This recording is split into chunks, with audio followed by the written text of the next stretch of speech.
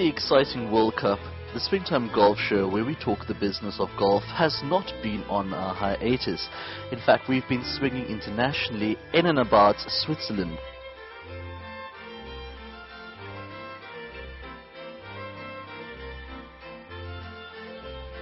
In the coming weeks, you'll see us taking in the sights and sounds of Zurich, Bern and Brunig, and experience our Barney Festival with us in Winterthur.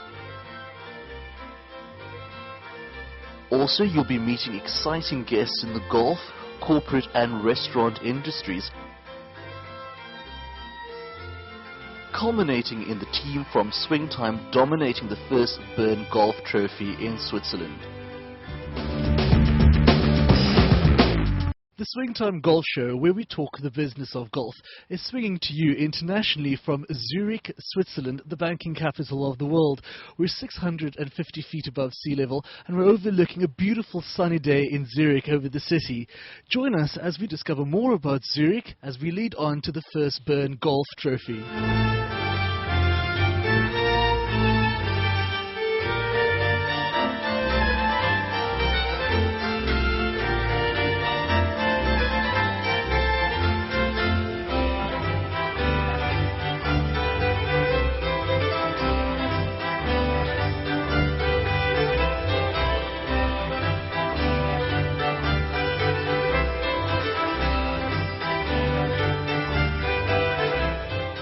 The Swingtime Golf Show is out and about discovering Zurich. We happen to find ourselves just outside the headquarters of FIFA. Now, bearing in mind that everyone in FIFA has gone to South Africa for a very exciting World Cup. Later on today, we'll discover how the sport of golf can affect change within social development as well as that of football, with the amount of funds being generated through the World Cup happening in South Africa right now.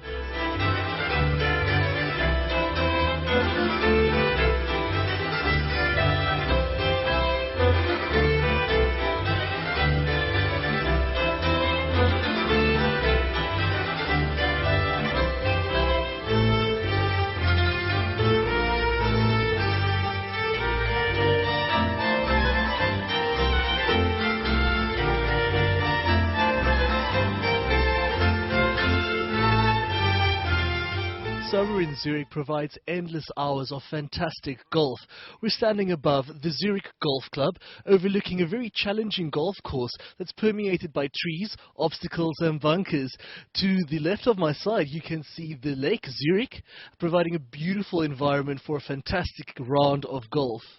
Of the many golf courses in Zurich, these are to be found.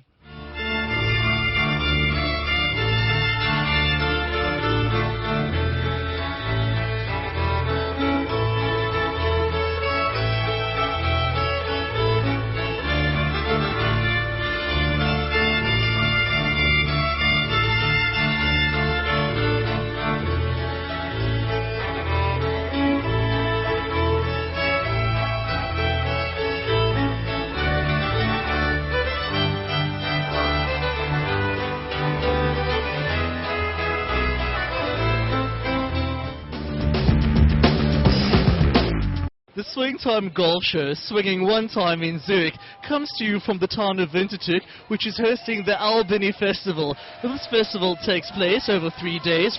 We're in the heart of Winterthur, which is drawing a cosmopolitan crowd of various stalls, attractions, bands, and of course, showcasing the Football World Cup.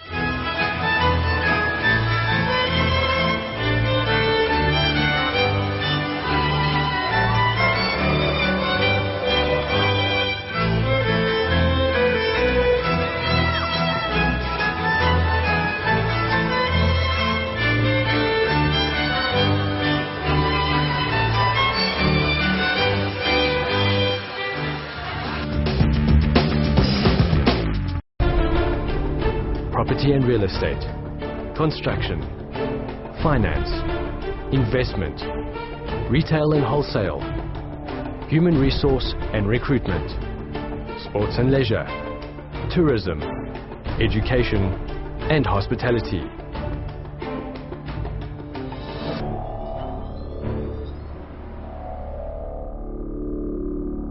Market Info Direct. Our business is helping yours to succeed. Welcome again, viewers, to the Swingtime Golf Show, where we talk the business of golf. In our ongoing coverage of Zurich, Switzerland, we happen to find ourselves at the Goldenberg Golf Course in Winterthur.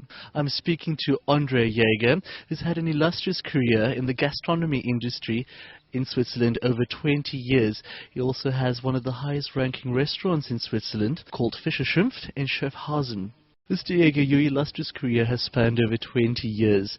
Tell us a little bit how it began. What was your background like? Well, I was born here in Switzerland in Rümikon. This is a small farm town down the river Rhine, and grew up there in a very happy surroundings with a happy family in a farmhouse restaurant. Right. And had the privilege afterwards to go through schooling, college, kitchen apprenticeship, and then hotel school in Lausanne. Okay. Where did your passion for food originate? Well, you know, I've always loved to eat. This has always been a passion. When I was in college, I had one notion, one comment of a professor: opens up by table. And this actually has been the case through all my life.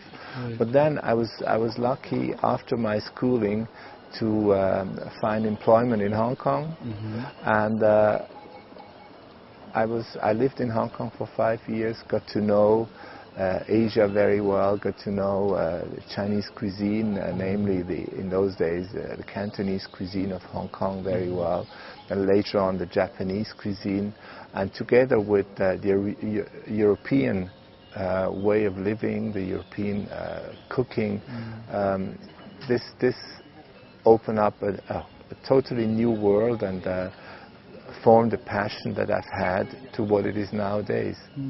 Share a little bit with us about your training that went into this career so far. Well, you know, when in the late 60s, early 70s, Switzerland was still a very humble place when it comes to eating and food. It was very basic. It was cuisine of simple cuisine of good produce, but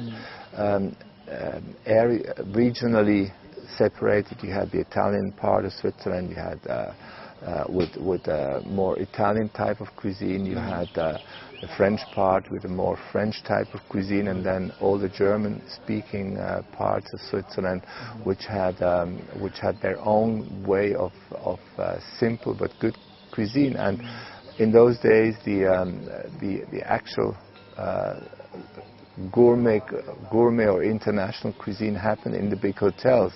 Right. And that was more or less what I knew, what I had about, and what I knew about eating. And then when I came to Hong Kong, of course, a whole wild world opened up, and I started to get extremely mesmerized by the tastes and the textures of Chinese cuisine. Then later on, I was really taken by the presentation and the sharp and aesthetic visions of Japanese cuisine. And then much later, of course, came Indian, Thai, Right. and those influences were, to me, absolutely fantastic and magical.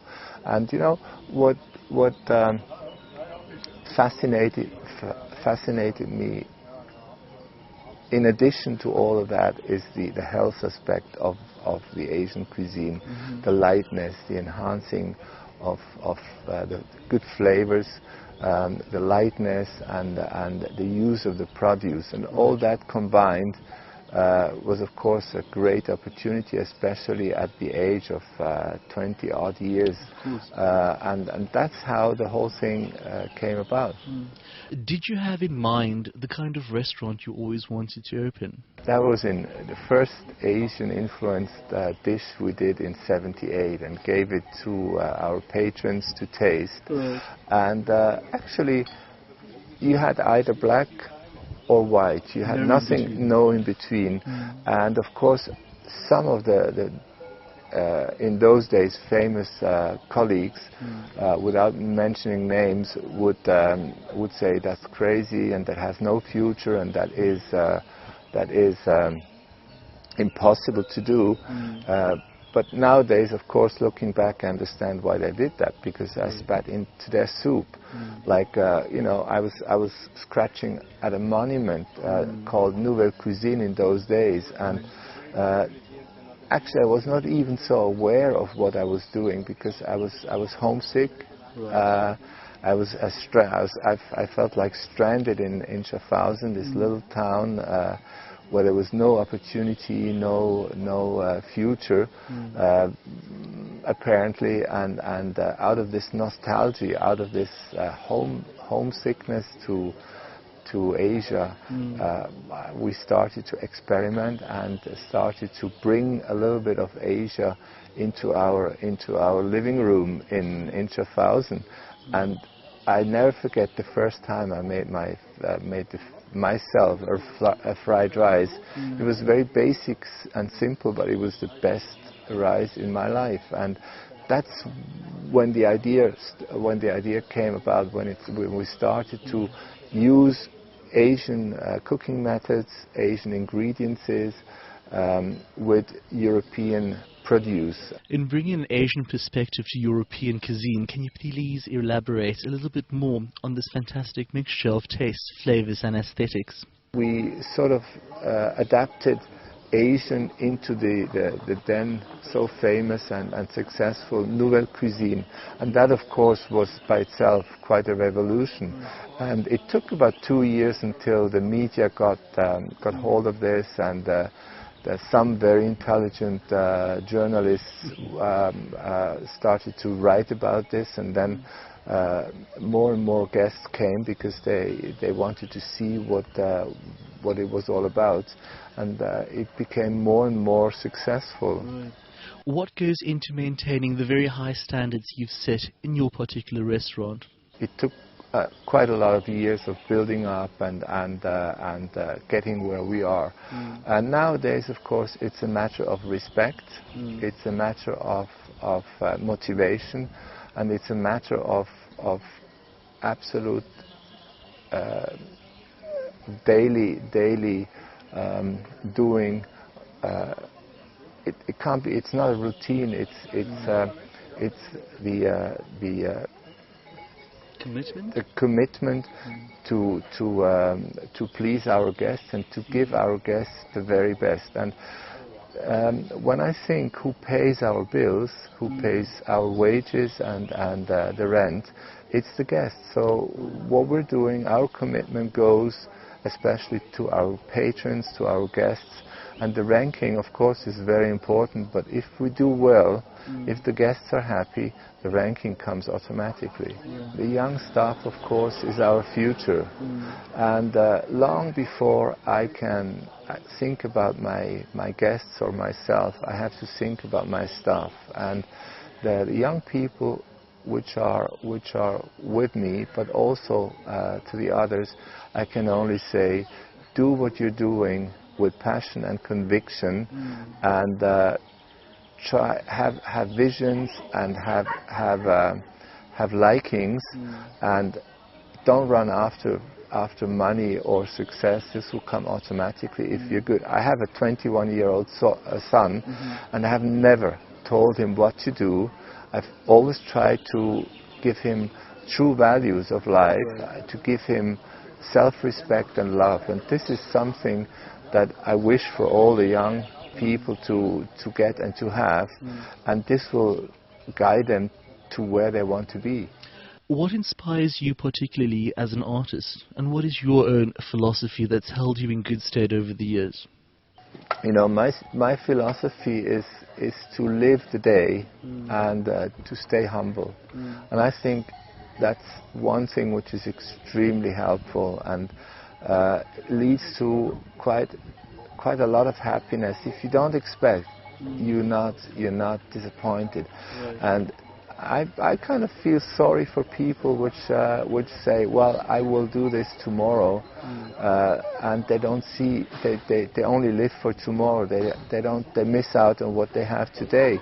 If I look at the beautiful day we're having now here on this terrace, the sunshine, the cowbells in the back, it's wonderful. And if you can't enjoy that, you may not enjoy what's ahead for you tomorrow. Right. Now, I also believe that you're a golfer. How did you come to the sport of golf? Actually, I used to be very keen on horseback riding, had my own horse, and then I had less and less time to look after an animal. And it was a friend who coaxed me into playing golf. At first, I didn't even think about it, and there's nothing further in my mind than to play golf. But somehow he managed, and I started to take lessons about some 14 years ago. Okay. And nowadays, I really love it. I think it's a fabulous sport, especially for someone like me who's very occupied and busy. I can do it by myself, but it's also very social. I can do it with friends, with guests. You can play it anywhere in the world. It's absolutely fantastic. And of course, it slots into your busy lifestyle as well, running the restaurant and the like. You see, I'm an early riser, right. And regardless to what time I'm getting home and going to bed, I can get up at 6 in the morning. I can go to the nearby golf course in Langenstein, where I'm a member, and I can do some exercise. I can do the small 9-hole course, and be back at the restaurant by 9 or 9:30 and start my day. But this is something for my well-being. It means exercise. It means fresh air. It gets me out of the restaurant a little bit. It's so good to clear my head. I just love it. And furthermore, what I'm at my age now, I'm looking forward to this third of my life, and what better to have as a companion than the ability to go play golf. Of course. There is a very intense connection between your professional career as a restaurateur and that of the sport of golf. Can you explain to us how this connection is evidenced in your own experience? Well, this is an extremely good way to make a connection between the two, because on a golf course you're all by yourself, and you have to be humble. You have to be extremely patient, and you have to take what the day brings you. And at golf, you never look back. You always look forward. Your best swing and your best ball is always ahead of you. And you can say that in our business as well. You always have to give the best, because every guest that comes is the most important. And if you look at things if you want to play 18 holes all at one time, you play hole by hole, and this is the same thing in our trade. You have to do dish by dish, and you have to cater to every guest, particularly and individually, because every guest is the most important. Like every swing on the golf course is the most important. If you compare the two, both ask for a humble attitude, but still big determination and patience. The sport of golf is one of those activities that reveals a person's sense of true character. Have you experienced this to be true in business dealings and the like? To be honest, if you want to do business with someone, and you could, many times, if you could play a round of golf with the person in question, you may or may not do business with that person. Right. And can you elaborate a bit with us on that? Well, how many people are there which do not really count their strokes properly if they're on their own, or how many throw away their clubs if they have a mishit, or how many start to be happy when you, as a golf partner, have a bad shot. And these are all kind of indications which show their character. And someone who's totally honest and straightforward and fair on a golf course would probably also be it in his private life and in his dealings with others. And I think without being too pathetic or to go into too personal,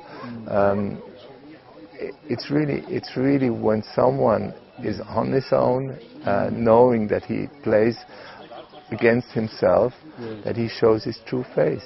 Indeed, indeed. Thank you very much, Mr. Jäger. It's been a pleasure speaking to you. Thank you.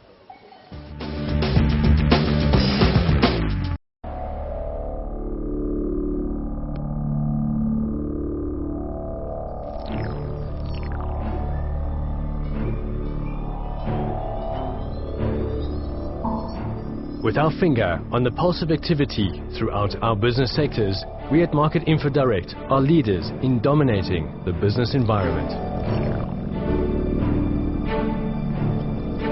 As specialists, we facilitate all aspects of these sectors with a high standard of professional service. One key, one solution. Market Info Direct. Our business is helping yours to succeed. I'm speaking to Andreas, the golf club manager of the Goldenberg Golf Club in Zurich, Switzerland. Good day, Andreas, and thank you for speaking to us. Tell us a little bit about this golf club. How old is it? The Golf Club Schloss Goldenberg were built 1997, and it started to construct at the course at 1996. And since then we are a private golf club, which means we are owned by the members. But we have an open guest policy, so all the guests are welcome during the week and by a company from a member on the weekends too. Now, the Goldenberg Golf Club is very unique in that it's very hilly. Tell us about a little bit about the technical aspects of this golf club. How many par 5s are there? We are a par 70 golf course with 5,700 meters from the main tee. And we are par 70, that means we have only 2 par 5s. And what is the most trickiest hole what's your signature hole to play here at Goldenberg? Our signature hole definitely is number 14, because you play on a little elevated tee, and then you play on a light dogleg to the right, around the corner, around the trees. And as far as you pass those trees, you have a fantastic view behind with the mountains. You can see the Alps in the background. Now, Goldenberg's positioning is quite unique as well, because I see that there's a vineyard right next to it producing wine. Does this become also a tourist destination point for golfers who travel the world? Yes, we are a special place for golfers, because the nice thing is we are on a hill. Of course, you have to climb up and play down again, but the beautiful thing is you always have a nice view down. And you say you've been operating for about 12 years now. Has the membership grown a lot in that period? After a short period, we already get our 680 members, which we have that numbers fixed. And in the moment we cannot take any new members because we have a waiting list. And what are the big special events or tournaments that Goldenberg hosts every year for its members?